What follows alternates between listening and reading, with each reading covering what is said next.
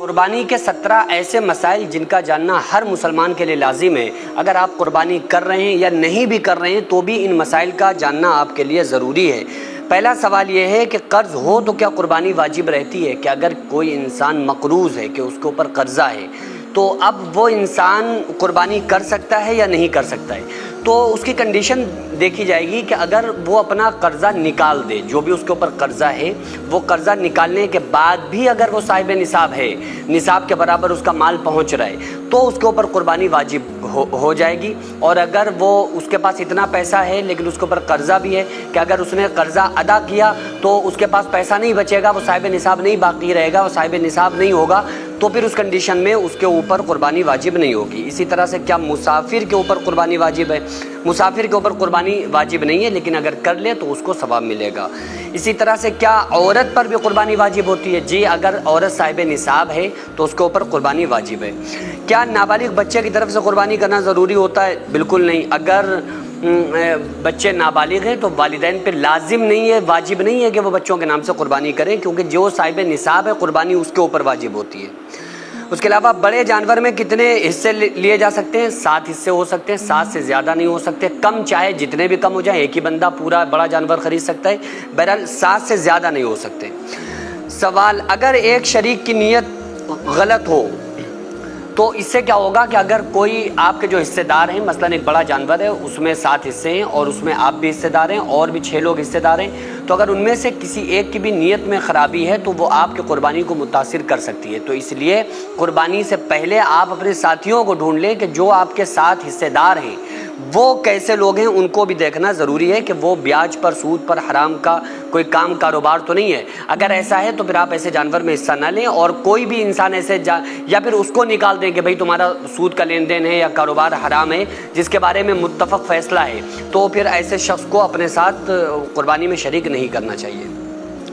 خریدنے کے بعد جانور میں عیب آ جائے تو کیا کریں؟ صاحب حیثیت ہو تو دوسرا جانور لینا اس کے لیے بہتر ہوگا کہ وہ دوسرا جانور لے کے پھر اس کی قربانی کرائے۔ قربانی کے جانور کا دودھ استعمال کر سکتے ہیں یا نہیں؟ ضرورت ہو تو کر سکتے ہیں، مگر اس سے بچا جائے تو مناسب ہے، کیونکہ وہ آپ نے اللہ کے لیے اس کو خریدا ہوا ہے، تو پھر اس کا مناسب نہیں ہے کہ اس کا دودھ استعمال کیا جائے، بہرحال کر سکتے ہیں۔ اور جانور لیں تو ایسا لیں کہ جو مطلب یہ کہ بالکل ایسا نہ ہو کہ اس کے چھوٹا بچہ تھا یا بالکل دودھ ابھی دے رہی تھی، ابھی بکری بھی آئی ہے اور آپ قربانی کر دیں، تو دیکھیں کہ روب دار بچہ ہو، جانور ہو، کہ آپ دیکھنے والوں کو نظر میں جچنا چاہیے۔ اس کے علاوہ جانور کو مارنا ہے، تکلیف دینا، یہ خلاف رحمت ہے۔ یہ آپ کسی بھی جانور کے اوپر سختی نہیں کر سکتے ہیں۔ اگر غیر موذی جانور ہے تو اس کو مارنا پیٹنا ویسے ہی گناہ ہے، نہیں مارنا چاہیے۔ ذبح میں کیا چیزیں ضروری ہیں؟ شرعی جو رگوں کا کاٹنا ضروری ہے، کہ جو قربانی جس طرح سے کی جاتی ہے نا، اس کی گردن جو مین جو نس ہوتی ہے گردن کی، گلے کی، اس کو کاٹنا ضروری ہے۔ اگر بسم اللہ نہ پڑھی جائے تو کیا ہوگا؟ جان بوجھ کر اگر کوئی چھوڑ دے تو ذبیحہ ناجائز ہو جائے گا، اور اگر کوئی مسلمان اس کو ذبح کر رہا ہے تو ظاہر سی بات ہے اس کے دل میں بسم اللہ ہوتی ہے، اللہ کا نام ہوتا ہے، تو اس کے اوپر بھروسہ کیا جائے گا۔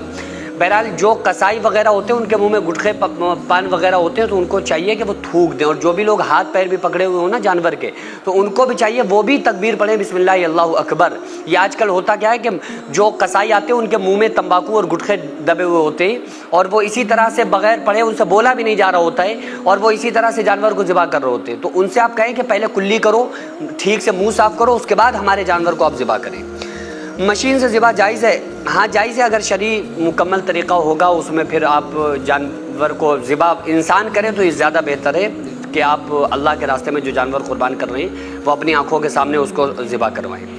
کیا مرحومین کی طرف سے قربانی ہو سکتی ہے؟ ایصال ثواب کے طور پہ ہو سکتی ہے، کہ آپ مرحومین کے نام سے ایصال ثواب کے طور پہ مرحومین کے لیے آپ قربانی کر سکتے ہیں۔ کیا زندہ لوگوں کی طرف سے نفل قربانی ہو سکتی ہے؟ ہو سکتی ہے۔ اگر کوئی انسان یہ چاہ رہا ہے کہ بچوں کی طرف سے، بیوی کی طرف سے قربانی کرنا چاہ رہا ہے تو وہ کر سکتا ہے، لیکن اس کے لیے ضروری ہے اگر وہ صاحب نصاب ہے تو پہلے اپنے نام سے کروائے، پھر دوسرا ایک اور جانور لے یا ایک اور حصہ لے، پھر وہ نفلی طور پر اپنے گھر والوں میں سے جس کے نام چاہے وہ کروا سکتا ہے۔ کیا غیر مسلم کو قربانی کا گوشت دے سکتے ہیں؟ جی دے سکتے ہیں، اگر وہ لے رہا ہے اور اگر وہ چاہ رہا ہے، مانگ رہا ہے اور آپ سے کہہ رہا ہے کہ آپ اس کو دے دیں، اگر اس کو خواہش ہے اور وہ اس لائق ہے، مستحق ہے، تو آپ دے سکتے ہیں، کوئی پرابلم نہیں ہے۔ کیا قصائی کو گوشت یا کھال مزدوری میں دے سکتے ہیں؟ نہیں دے سکتے ہیں۔ اگر کوئی جو قصائی آیا ہوا ہے تو اس کو مزدوری میں قربانی کے گوشت میں سے نہیں دے سکتے۔